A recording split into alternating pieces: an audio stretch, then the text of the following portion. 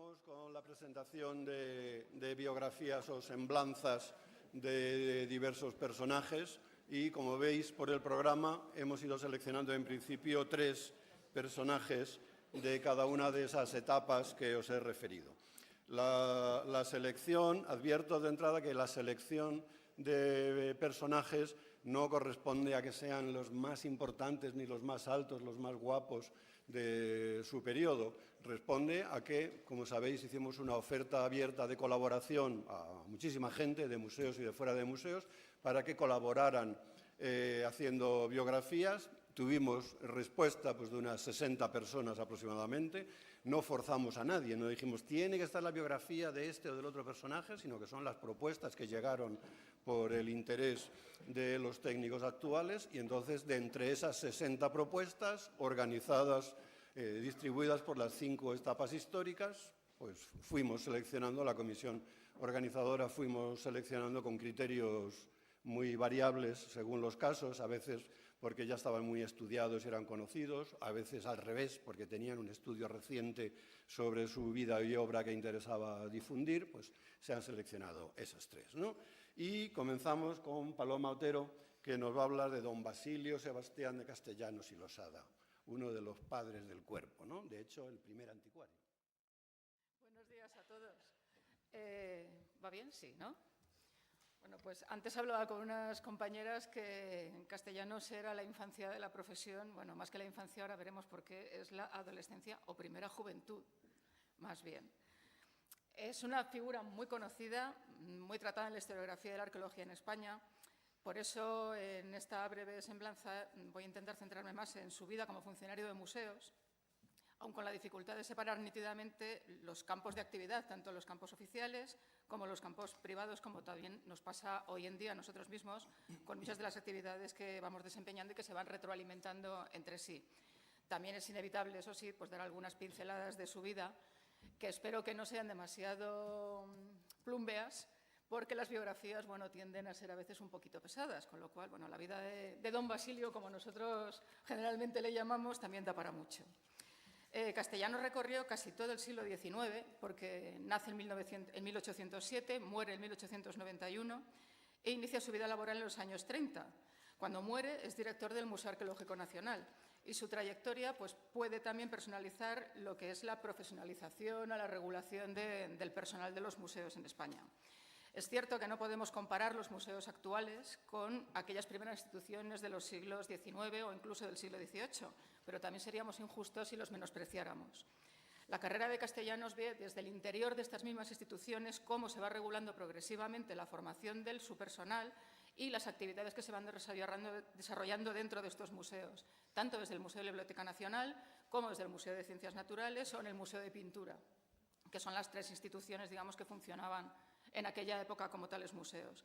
Y la propia actividad de don Basilio también tuvo mucho que ver en este proceso. Es una persona de una actividad, de una producción intensísimas y realmente sorprendentes, hasta el punto de que uno piensa que no tuvo vida privada al margen de la profesión. Escribe más de 200 obras en los campos y en los temas más variados, desde monografías a guías, colaboraciones habituales en prensa periódica, diarios, revistas sobre arqueología, historia, religión, era muy religioso, eso hay que decirlo, tradiciones populares, crítica literaria y hasta obras de teatro, poesía y novelas. Esta es una obra de juventud, muy romántica en sí misma, pero no me podía resistir. Necesariamente, una obra tan extensa como esta tiene un valor muy desigual, pero muestra también a través de su temática y de su tono que le interesaba prácticamente todo, que tenía una enorme capacidad de trabajo, que se volcaba en conseguir los objetivos que se marcaba y que le guiaba un fuerte interés por la utilidad social, lo que hoy llamaríamos el servicio público. Y aquí, aunque no sea una publicación estrictamente, sí quiero citar un par de ejemplos muy significativos de esta preocupación social, porque va a tener también su importancia en su vida como profesional de museos. Y es que fue uno de los fundadores de la Cruz Roja en España. También estuvo implicado en la Sociedad para la Mejora del Sistema Carcelario. Esto puede tener que ver con que estuvo en la cárcel. Organizó escuelas dominicales para mujeres trabajadoras, con lo cual, bueno, esa vertiente social pues, está muy presente también en cosas que aparentemente no tienen nada que ver con nuestro terreno. en este terreno, que es el que nos interesa hoy, esa faceta social se volcó en la enseñanza, tanto en sentido estricto como en lo que hoy llamaríamos divulgación, y en la conservación y el conocimiento de los objetos y de los monumentos que hoy llamamos bienes culturales. Además, es bien conocido que fue el impulsor de la enseñanza y la divulgación de la arqueología en España, desde que en 1837 comenzara a impartir esta asignatura, que entonces se llamaba la cátedra, en el Ateneo, en el Liceo Artístico y Literario y en el Colegio Español de Humanidades, que dependía de la Universidad Central. Hay muchísima información sobre Castellanos, demasiada para lo que es el tiempo de esta presentación, y bueno, era una persona muy conocida en su época, fue querido y también fue aborrecido. Fue condecorado, perteneció a una 50 de sociedades y de academias españolas y extranjeras, aunque nunca perteneció ni a la Academia de la Historia ni a la Academia de Bellas Artes. Esto no es extraño si pensamos que sus campos de actuación competían. Y de hecho esa carrera la acabó perdiendo Castellanos cuando cayó la monarquía. Castellanos despertaba simpatías y amistades duraderas y también despertaba rechazos furibundos. Además, se le reprochaba constantemente que coleccionaba títulos y honores. Bueno, no tenía abuela, hablando directamente. Hacía ostentación de todos estos títulos y, aunque no dejaba de hacer lo mismo que hacían sus contemporáneos, debía ser llamativo, incluso en ese contexto que buscaba la visibilidad social. En esto que ven, bueno, viene el recuadrito, era como se solía presentar en sus publicaciones, que acababan con etcétera, etcétera. Lo de la derecha es una crítica feroz y salvaje, anónima, en la revista de teatros, donde le llaman precisamente, bueno, el señor etcétera. Eso es lo más suave que le dice. Es cierto que perseguía honores, perseguía reconocimientos y especialmente perseguía una vinculación con la Casa Real, pero también es cierto que los utilizó para impulsar sus muchos proyectos y especialmente el de la Academia de Arqueología, que luego acabó convirtiéndose en la Real Academia de Arqueología y Geografía del Príncipe Alfonso. Lo que sí reconocían todos era su inagotable vitalidad. Castellanos desarrolló 48 años de vida laboral, 38 de ellos en museos, primero en la Biblioteca Nacional y luego en el Museo Arqueológico Nacional, donde termina como director.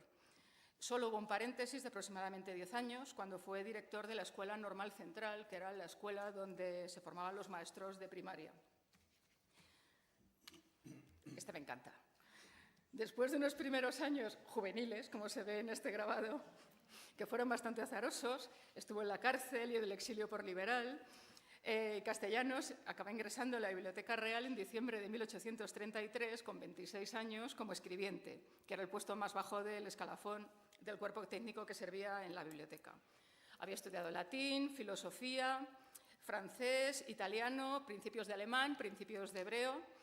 Habría obtenido la capacitación para ejercer de maestro y también había enseñado francés e italiano en las escuelas pías de San Fernando.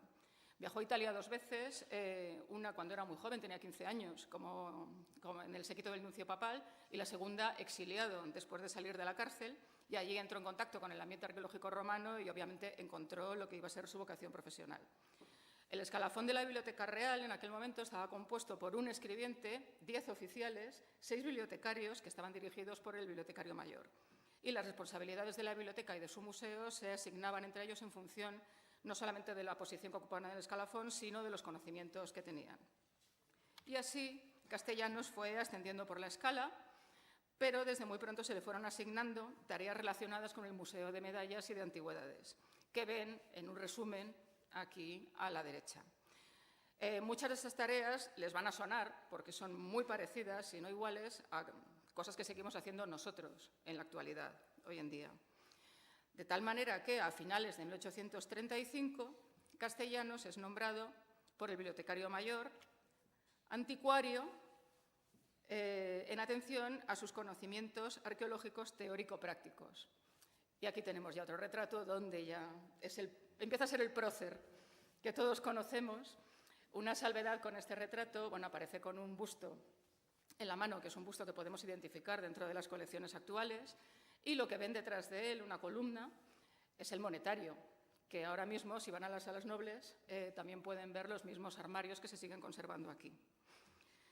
En la actualidad, esta palabra de anticuario a veces tiene unas connotaciones, pues, digamos, arcaizantes y poco científicas. Sin embargo, en aquella época el mismo Castellanos da una explicación a este término donde dice que a los objetos de la ciencia se les llama antigüedades y al que los conoce científicamente se le llama anticuario. Años después, en 1851, tiene otro título. Estos títulos no son títulos honoríficos, sino que eran puestos de trabajo, para entendernos, donde se le considera anticuario conservador del Gabinete de Antigüedades y Museo de Medallas de la Biblioteca Nacional.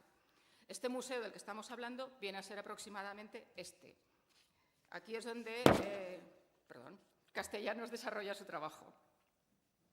Esta es la primera imagen que nosotros tenemos del Museo Arqueológico Nacional en el Casino de la Reina, pero sabemos que corresponde a grandes rasgos con el Museo de Medallas de la Biblioteca Nacional porque se traslada prácticamente intacto.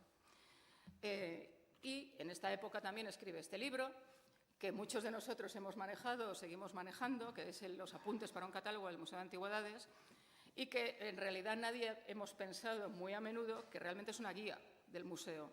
Está concebido, y así lo explica, para acompañar al visitante y darle la información que reclama en salas y que allí no va a encontrar. Hasta 1856, Castellanos continúa con esta vida museística y académica, y en 1856 es nombrado director de la Escuela Normal Central, con lo cual empieza un paréntesis de unos 11 años en esta carrera profesional, pero que no fue un paréntesis en su dedicación a la arqueología ni en el estudio de los materiales arqueológicos, porque eso sigue haciéndolo dentro de la academia. De hecho, aun siendo director de la escuela y ante la creación del cuerpo de archiveros y bibliotecarios, él intenta no perder esa vinculación con la profesión y solicita varias veces que se le considere dentro del cuerpo. Finalmente, consigue que se le considere cesante del cuerpo y, en julio de 1867, que ya ha salido de la escuela porque suprimen su puesto de trabajo directamente, reingresa y toma posesión en el nuevo Museo Arqueológico Nacional como oficial del cuerpo en la sección de anticuarios. Le reconocen sus años de servicio en la Biblioteca Nacional, aunque con menos categoría que sus compañeros, que son Bermúdez y Castroveza, que están marcaditos ahí con ese recuadro. Bermúdez y Castellanos eran compañeros y amigos de toda la vida y, bueno, acaban muriendo los dos como directores del museo. ¿Qué ocurre?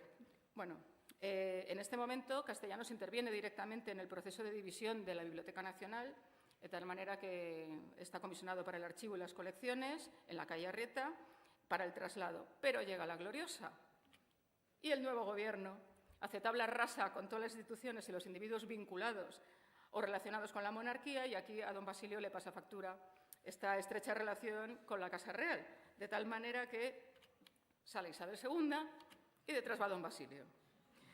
La academia es disuelta en octubre, su biblioteca y sus colecciones pasan al nuevo Museo Arqueológico Nacional y él es fulminado de su puesto en el museo. Y hasta abril de 1875 no puede volver a reincorporarse al museo. Y ya no se moverá de allí, de aquí, hasta 1891, cuando fallece. Estos 16 años transcurren en el Casino de la Reina porque él nunca verá el museo instalado en esta sede donde estamos ahora. Pero sí asiste al periodo, bueno, asiste y trabaja para él, para que el nuevo museo se asiente como una institución independiente. Queda encuadrado de nuevo en la sección tercera, que es numismática, ahora bien, bajo el mando de su compañero y amigo Bermúdez, que era el jefe de la sección. Él y Castroveza, que era mucho más joven, quedan como oficiales. En este momento, esto no es una tontería, porque la sección de numismática tenía un gran peso en el museo. En 1875, más del 80% de los fondos del arqueológico eran fondos numismáticos. En 1881 pasa la dirección del museo, Bermúdez pasa la dirección del museo por escalafón, quedando Castellanos como jefe de la sección. Y del 86, a la muerte de Bermúdez, él se convierte en director. La guía de 1917, que es también un libro que nosotros hemos utilizado mucho, hace hincapié en que Bermúdez y Castellanos fueron los primeros arqueólogos en ocupar la dirección del museo. Y precisamente Rada, que aunque no esté acreditado como tal, es quien escribe esa guía, describe a Castellanos como ven ustedes en este párrafo. En general, además, con mucho cariño, porque Rada trabajó una temporada también en la sección tercera y se ve que hizo también amistades duraderas, ¿no? Y le describe como hombre de mucho espíritu y de entusiasmo no amortiguado por los años, aunque ya estaba muy anciano. De hecho, Castellanos muere siendo director al pie del cañón y con él desaparece esta primera generación de técnicos de museos en el sentido que nosotros lo conocemos ahora. Sin embargo, 150 años después, nosotros seguimos encontrando la huella del paso de Castellanos en muchos de los papeles, de los objetos y de las tareas que que hacemos todavía en la actualidad. Y creo que me he ajustado bastante al tiempo. Muy bien.